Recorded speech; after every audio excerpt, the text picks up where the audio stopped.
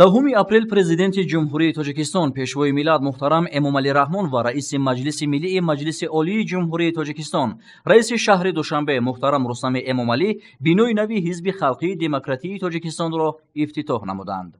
иншоот дар заминаи ташаббусҳои созандаи пешвои миллат муҳтарам Эмомалӣ Раҳмон бунёд шуда, тарҳи он ба ҳусни пойтахт зебоии дигар бахшед. ба сарвари давлат муҳтарам Эмомалӣ Раҳмон иттилоъ доданд, ки бинои нави Ҳизби Халқии Демократии Тоҷикистон дорои ҳуҷраҳои муҷаҳҳаз, осорхона, толорҳои маҷлис, китобхонаи электронӣ ва анъанавӣ, ошхона ва дигар иншооти ёрирасон буда, шароити дар он фароҳам шуда ба фаъолияти кормандон заминаҳои мусоид хоҳад гузошт. гӯшаҳои алоҳида, ки дар осорхонаи Ҳизби Халқии Демократии Тоҷикистон таъсис дода шудааст, ба ташаккули маълумоти ҳар бинанда аз масири таърихии тоҷикон мусоидат менамояд.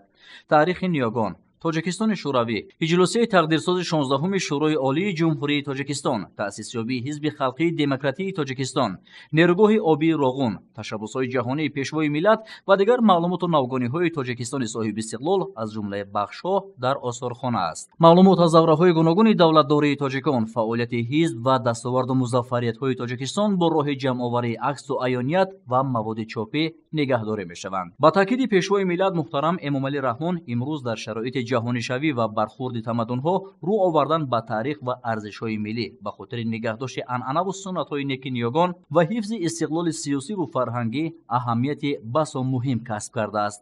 пас дар шароити рушди технологияҳои иттилоотӣ ва бо назардошти хусусиятҳои масири сатҳи фаҳмиши ҷомеа, ҳифз ва тарғиби таърихи ташаккулёбӣ ва рушди Ҳизби Халқии Демократии Тоҷикистон тавассути воситаҳои инноватсионӣ, ташкили фаъолияти осорхонаи таърихии инноватсионӣ ба мақсад мувофиқ хоҳад буд, таъкид доштанд пешвои миллат. ташаккули зеҳну тафаккури кормандон дар раванди фаъолият ва дастрасии онҳо ба муҳимтарин маълумоту навгониҳо аз ҷумлаи масъалаҳоест, ки бо таъсиси китобхонаи электронии пайваст бо шабакаи интернет ба инобат гирифта шудааст. дар ин баробар имкон аст, ки хоҳишмандон аз номгӯи зиёди адабиёт дар толори хониши китобхонаи анъанавӣ истифода намоянд.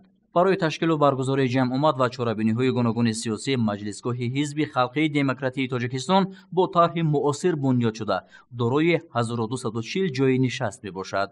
сарвари давлат муҳтарам Эмомалӣ Раҳмон бо тақозои истифодаи мусоид аз шароити фароҳамшуда масъулинро барои татбиқи ҳадафҳои аслии Ҳизби Халқии Демократии Тоҷикистон, аз ҷумла таҳкими асосҳои давлати соҳибихтиёр, демократӣ, ҳуқуқбунёд, дунявӣ, иҷтимоӣ ва ягона, инчунин иқтисодиёти устувор, ки ба беҳбуди ҷомеа нигаронида шудааст, дастуру тавсияҳо доданд.